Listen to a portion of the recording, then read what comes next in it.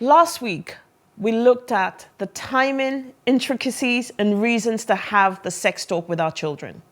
Today, I'm going to attempt a simple deep dive into one of the consequences of not having the talk or becoming informed about the good and bad complexities of sex. Trauma that manifests from making the wrong sexual choices due to the lack of knowledge and understanding. And with me to do this is Dr. Zion Olushola Ekundare, a transformation specialist, psychotherapist, executive life coach, and mentor whose passion is helping people understand the choices available to them and leverage them to achieve empowered, congruent, and fulfilled lives. Dr. Zion is a retired medical doctor who holds an MSc in rational, emotive, and cognitive behavioral therapy. She's also my coach. No, sorry, my therapist. Yes, Dr. Zion is my therapist, and she's been my therapist for the last 1 year. This month, I'm going to be talking about sex from different angles because until we start being open about it, we can't retrace our steps, guide our children, heal ourselves, or improve our relationships. Sex isn't a dirty word, and it doesn't deserve to be hidden in shame. So let's break free of emotional and physically unhealthy biases. Dr. Zion, welcome. Thank it's you. It's really Thank great you, to Feran. have you here with me today. So, non-abuse related sexual trauma. What does this mean and look like? And is it different from sexual trauma? Thank you for that. I mean, the truth is trauma, and that's really, what it is. And I think the first thing we need to understand about trauma is that trauma is not about what happened, it's about the individual response. So it's not about it's a response to what has happened to a person. And that's the first thing we need to throw out there. So when you talk about non-abuse related sexual trauma, it's the reaction that anybody gives to experiencing trauma as a result of, I guess, introduction to sex or being exposed to sex. I know we're all very, aware of abuse related trauma, but there is a lot of non-abuse related trauma. Yeah.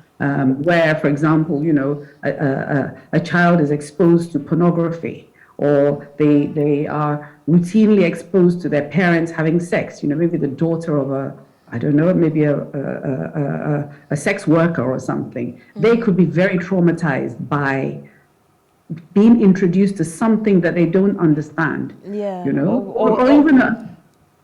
Or even I was even going to go to you don't talk to your child about sex. Mm-hmm. You then expect your child, who is now an adult, to understand sex. Mm-hmm. But they don't, because nobody has talked to them about it. So they're making the wrong choices. They're having sex with the wrong people. They're confusing sex and love. They're going into relationships that are not ideal for them. That causes non-abuse based sexual trauma, doesn't it?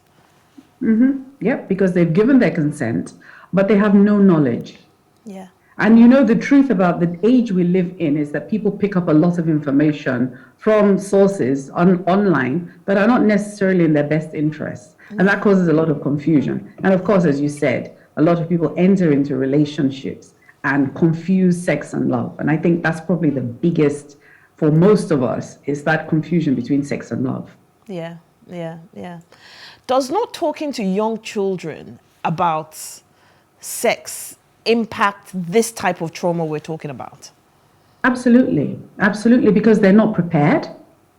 They're not prepared, or their expectations are not, are very unrealistic. So, in my days, you read all the Mills and Boons books and everything was all romantic. Yeah. And that was what life was. I mean, these days, everything is more sort of out there. It's more sort of glamorous. It's more about the glamorous lifestyle. Yeah, but social media.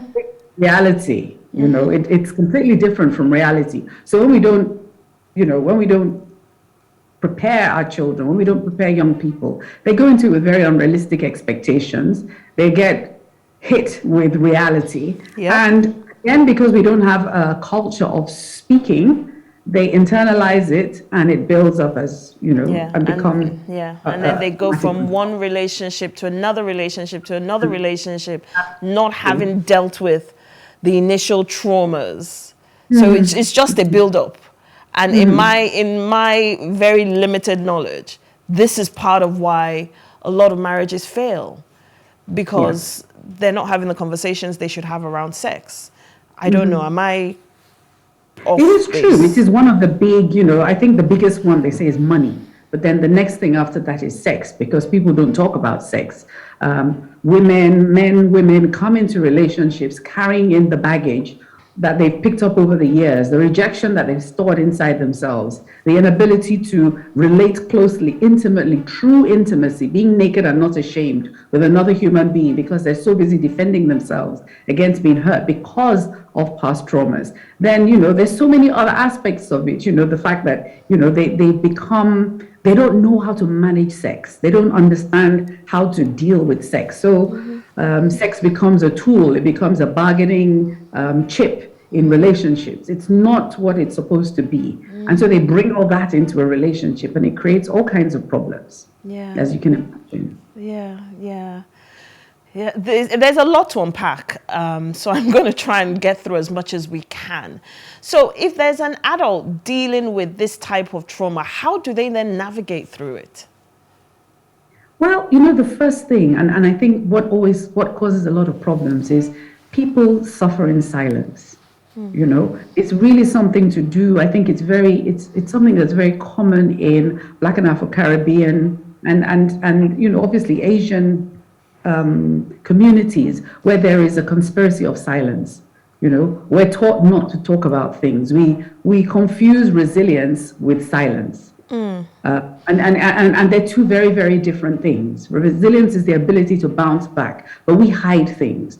So the first thing is people hide what's going on with them. And of course, another layer of trauma builds on, because, obviously, by not dealing with something, the behaviors that they're engaging in are almost inviting more trauma into their lives.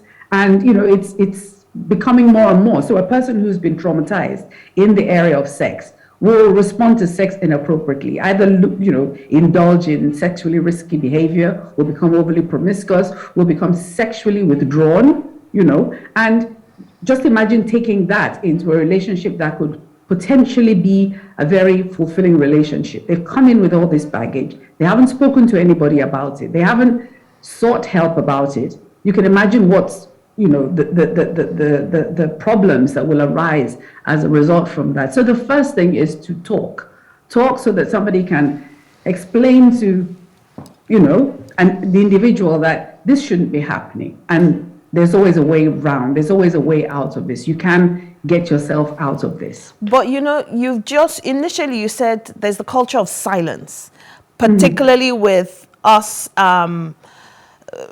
Africans, Afro-Caribbeans, Asians, Black people generally. So you're contradicting yourself, because you're saying we have a culture of silence, but then you're saying that to heal, we need to talk. How do you even begin to talk when you don't know how to talk in the first place? How do you navigate through that? That's why I guess, therapists like myself, and I guess all over the world, we're pushing it. That's the push now, that learn to talk. It's good to talk. We've got to talk. We can't store things. And I'm trying not to get too technical, but when we store things, when we store unresolved trauma, when we store pain, and I think that the other one that I left out is shame. Shame is one of the most awful emotions in this world, because it never occurs in isolation. There's always something causing it. So naturally, it's feeding itself. And when we don't talk about it, it's like trying to bury something alive. It's never going to go away. It will seem to be under control, but it's going to erupt in, usually in the most inappropriate places. All it takes is something to trigger a memory, and the way the mind works, it could be a thought, it could be something you see, it could be something you hear, it could be something you smell. Anything can trigger unresolved thing that is sort of just sitting in there, not resolved. And once it erupts, it's going to erupt in an inappropriate way, and it's going to cause, it's going to create even more obvious problems. So for people who find it hard to talk, are there easy ways around it? Maybe talking to, everybody surely must have at least one person that they trust enough to be able to open up to. Are there quick wins? Are there easy ways of getting past this? I mean, the easy ways is obviously, as you say, talk to somebody that you feel comfortable talking to. And there again, I then now add that caveat that someone comes to you and talks to you about something that you feel is, I guess, beyond your capability. You can give them comfort, but you're aware that they really need help. I think we all have a responsibility to one another to encourage ourselves to seek the help. Because everybody talks to somebody. They talk to a friend, they talk to a parent, they talk to maybe even a spouse.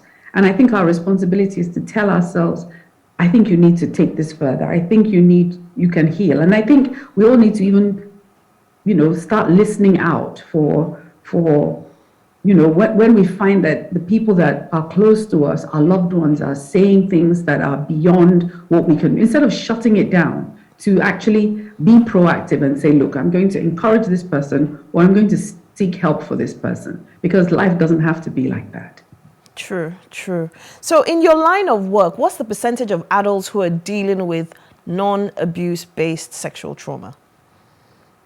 That is a very interesting question, because we don't really have statistics. And I can tell you, and that is simply because everybody knows that sexual trauma, less than 25% of people report it anyway. So, when you look at that, you can see that, it's not something that it's just not, and this is all over the world. People just don't talk about it.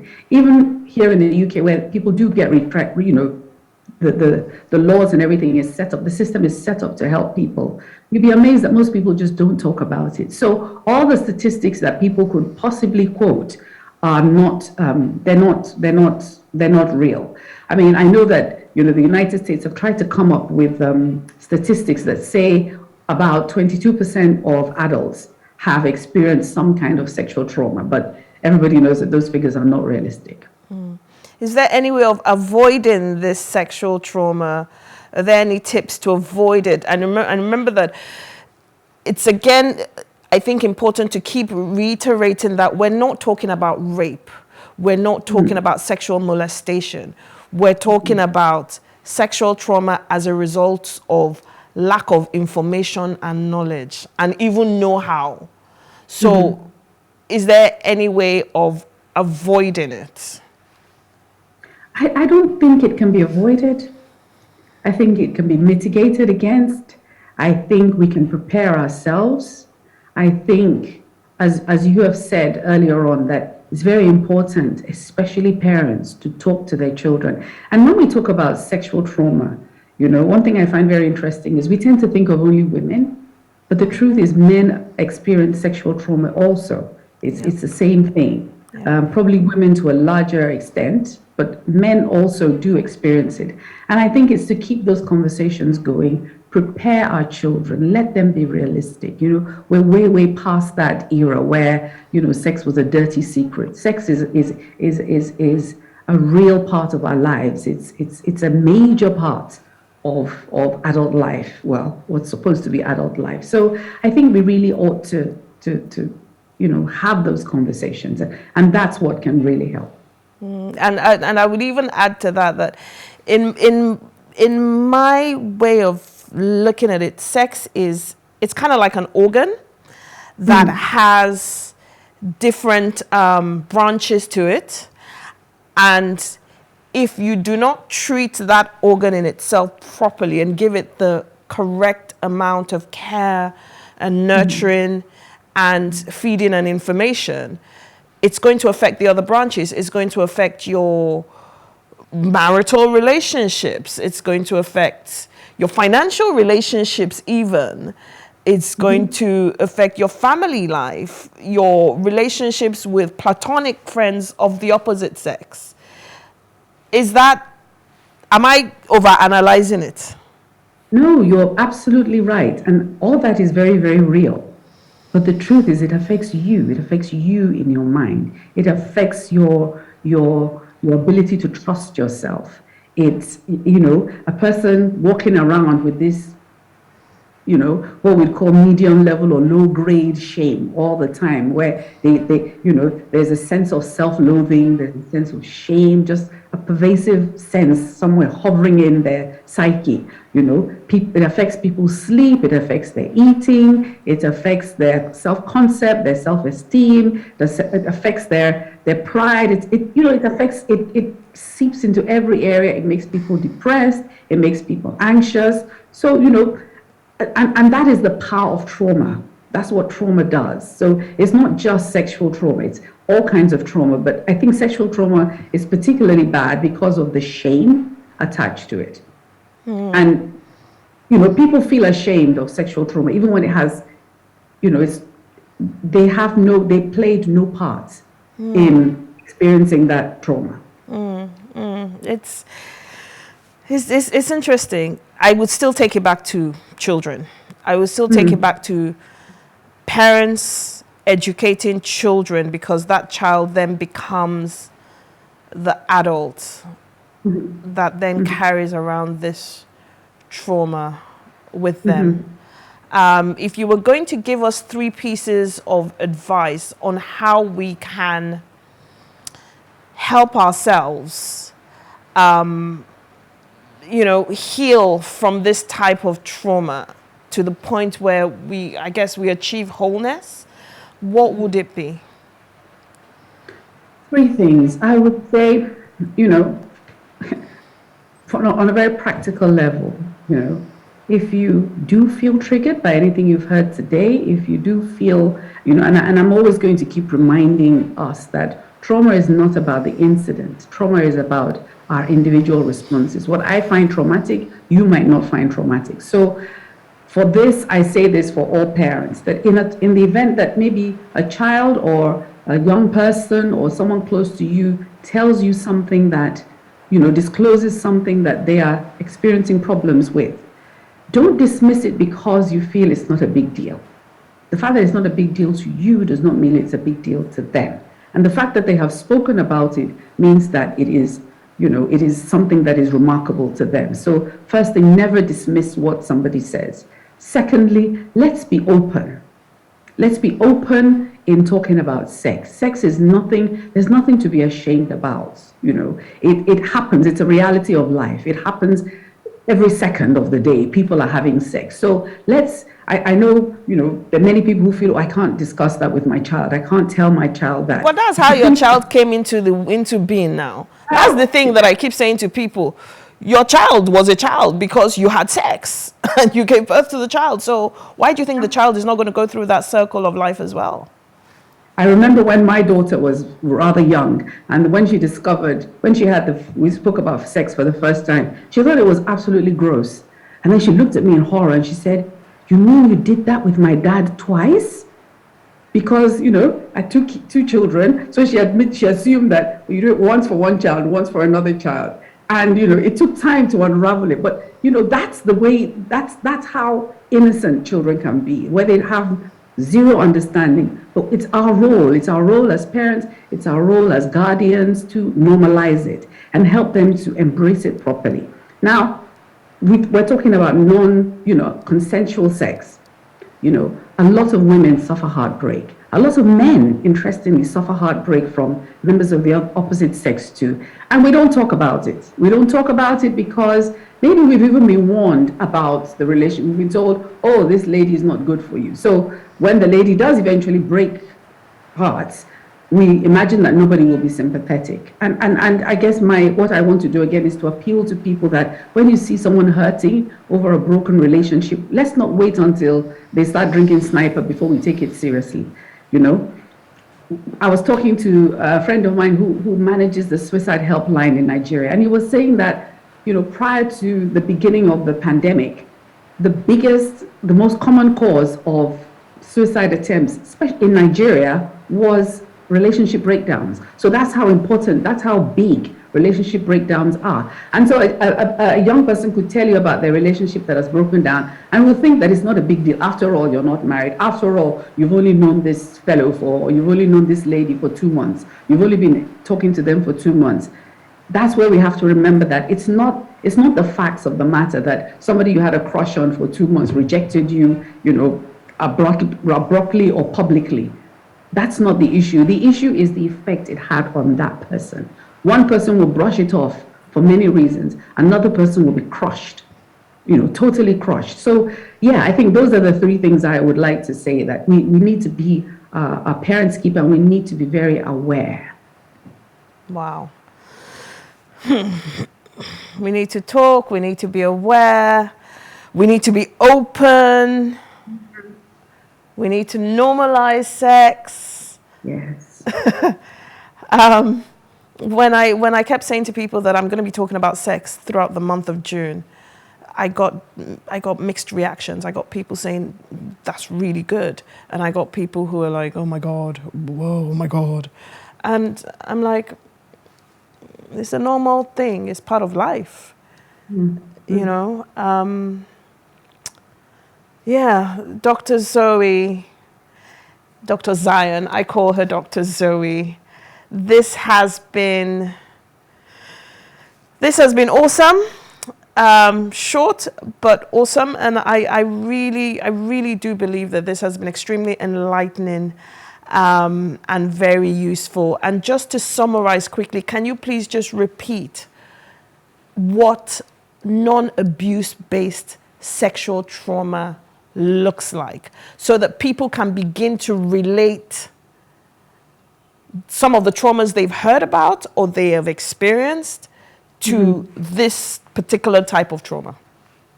Okay, so non-abuse related sexual trauma is any trauma, anything that a person finds distressing, that creates distress that can seep into other areas of their lives. And there's so many, when I give examples, as I said, could be inappropriate exposure to pornography. It could be from an early stage, watching, sex, especially with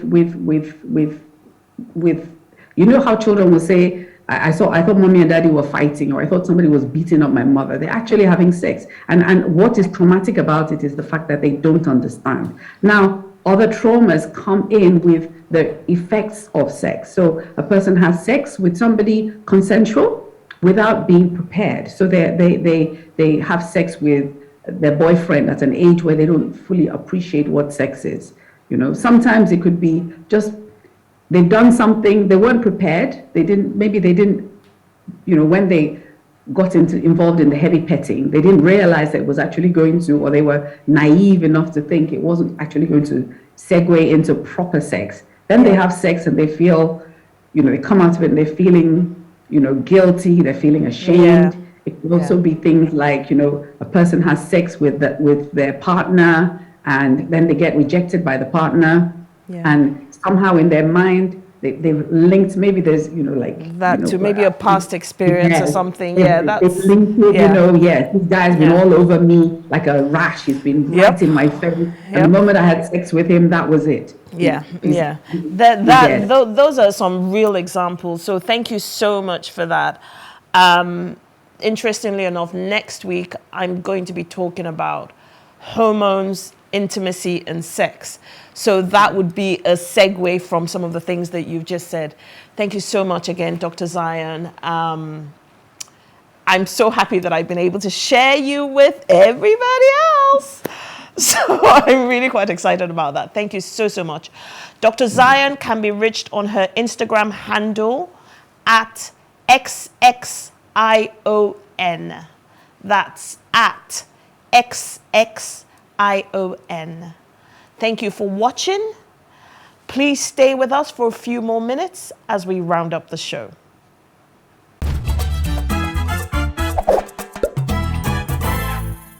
Okay, after Feran talking about sex, especially for the younger ones, we just had Emmanuel talk technology.